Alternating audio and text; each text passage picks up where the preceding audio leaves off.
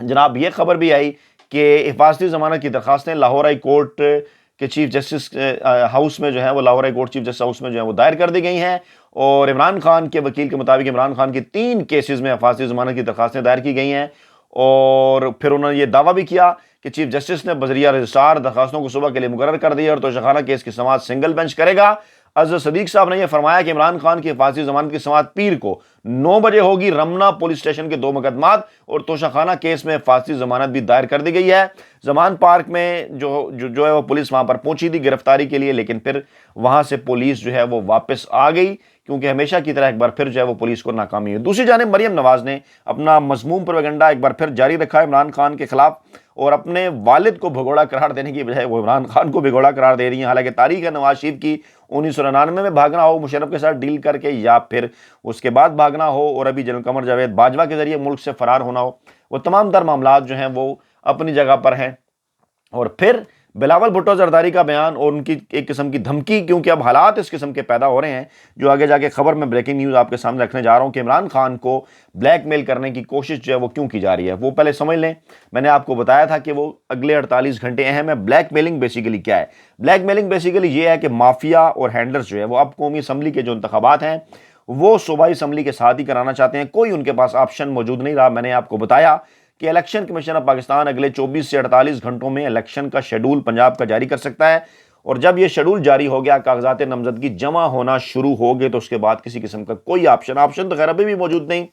لیکن اس کے بعد بالکل زیرو آپشن رہ جائے گا۔ انتخابات کے اندر جو ہے وہ جانا ہوگا۔ ہر صورت انہیں اس بات کا اندازہ ہے کہ پی کے الیکشن سے بھی نہیں روکا جا سکتا، اور پنجاب اور کے پی کے الیکشن ہونے کی صورت میں شکست فاش دیں گے Imran Khan, P D M اور اس سارے مافیا کو۔ بلیک میلنگ یہ ہے کہ اب وہی بات کہ ہم قومی اسمبلی کے انتخابات بھی ساتھ کروا دیتے ہیں، ایک شرط آپ ہماری مانیں۔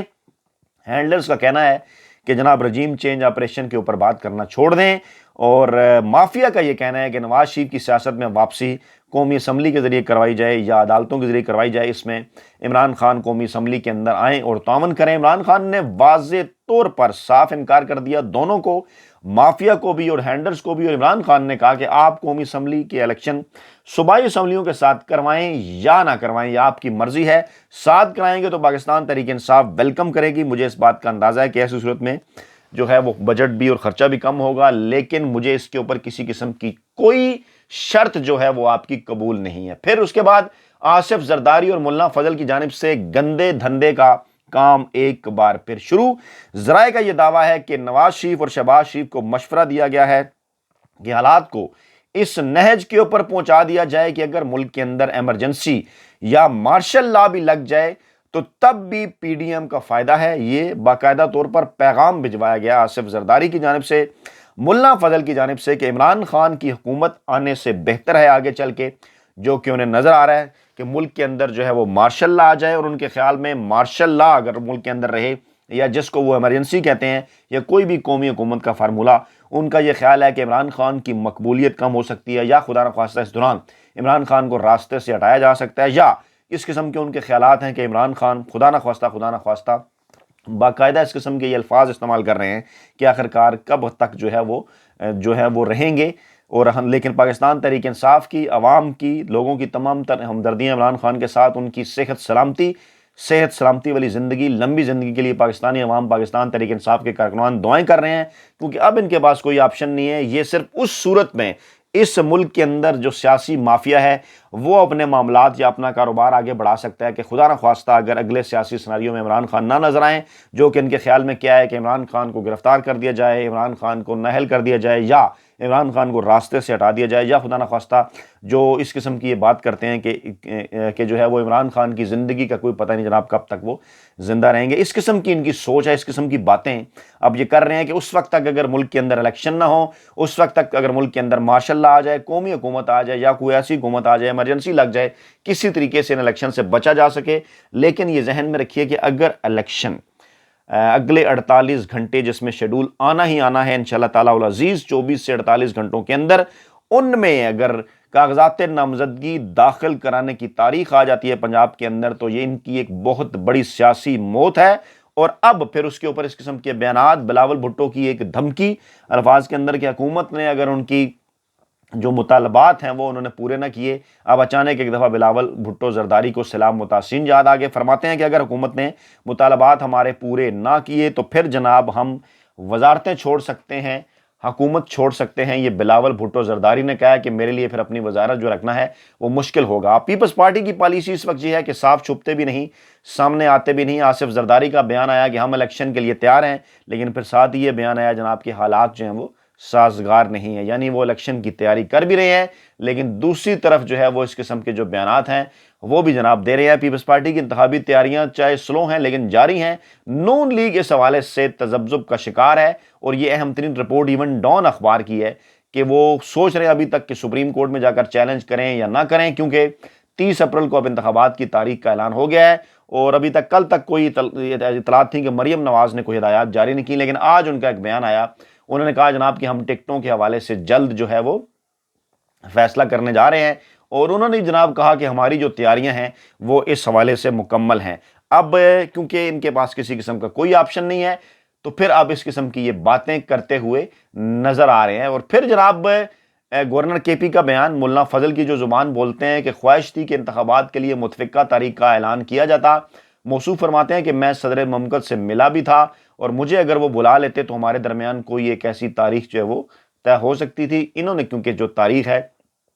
وہ جناب اب دینی ہے کے پی الیکشن کی، اور موصوف کے یہ فرما رہے ہیں کہ میرا سیکرٹری جو ہے وہ چھٹی پر ہے، رات کو خط مجھے ملا ہے، پیر کو روز آ کے وہ اسے کھولے گا، اور پھر جو فیصلے کے تناظر میں تاریخ دستیاب ہوگی وہ اس پہ الیکشن کرا دیں گے۔ تاریخ میں دوں گا، انتظامات کرنا جو ہے وہ الیکشن کمیشن کا کام ہے، اور ممکنہ طور پر اب ان کے پاس بھی 30 اپریل سے 7 مئی کے درمیانی کی تاریخ ہے، کیونکہ یہ بھی مزید آگے نہیں جا سکتے، کیونکہ تھوڑی سی گنجائش جو سپریم کورٹ نے رکھی تھی 14 اپریل پنجاب اور 18 اپریل کے پی تھی، اور کہا تھا کہ 2 ہفتے آپ ایڈجسٹ کر لیں۔ اب تقریباً 16 دن آگے لے گئے ہیں الیکشن کمیشن 14 تاریخ کے حساب سے، تو 18 تاریخ کو بھی اگر 16 دن آگے لے جائیں تو اگلی جو تاریخ بنتی ہے وہ آپ کے سامنے ہے، یعنی 7 مئی سے کسی صورت یہ بھی معاملات کو آگے نہیں لے جا سکتے، اور امید یہ کی جا رہی ہے کہ ان کی تاریخ کے پی کی جو ہے وہ بھی جناب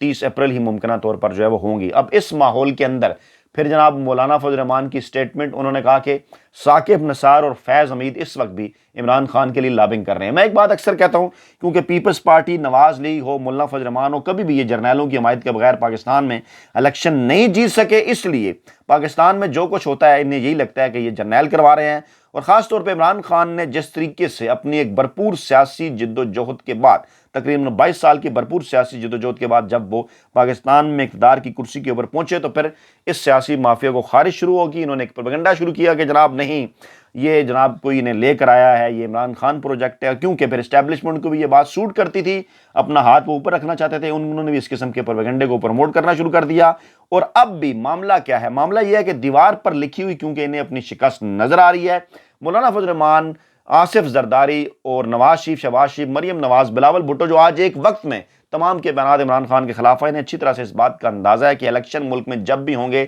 بلا شبہ عمران خان جو ہے وہ 2/3 اکثریت کے ساتھ جیتیں گے، اور اس لیے ایک بار پھر یہ آئندہ الیکشن کو جو ہے وہ کنفیوز کرنے کے لیے، آئندہ الیکشن کے اوپر کو متنازع بنانے کے لیے، آئندہ الیکشن کے اوپر سوالات اٹھانے کے لیے ایک بار پھر یہ اس قسم کی باتیں جو ہیں وہ شروع ہو گئے ہیں کرنا کہ جناب عمران خان کو فیض حمید اور ثاقب نثار کی باقیات بچا رہی ہیں۔ سپریم کورٹ کی طرف ان کا اشارہ ہے اور اسٹیبلشمنٹ کی طرف، لیکن سوال یہ ہے کہ اگر ریٹائر ہونے کے بعد بھی ثاقب نثار اور جو جناب فیض حمید ہیں وہ اگر ان کی اتنی لابنگ کر سکتے ہیں، تو آپ کے پاس تو جناب حاضر سروس لوگ ہیں، آپ ان کے ذریعے کاؤنٹر لابنگ کروا لیجئے۔ اور اگر آپ کے خیال میں حاضر سروس کی لابنگ سے زیادہ جو مؤثر ہے لابنگ وہ ریٹائر حضرات کی ہوتی ہے، تو پھر آپ کو میرا خیال ہے ریٹائرمنٹ لے لینی چاہیے اور توبہ کر لینی چاہیے۔ ایسا ایک ٹویٹ بھی کیا ہمارے ایک دوست نے، بڑی زبردست انہوں نے بات کی۔ تو معاملہ کیا ہے؟ معاملہ یہ ہے کہ ان تلوں میں تیل نہیں ہے۔ کیونکہ ان تلوں کے اندر تیل نہیں، اس لیے اب چاہے مارشل لا آ جائے، چاہے قومی حکومت آ جائے، چاہے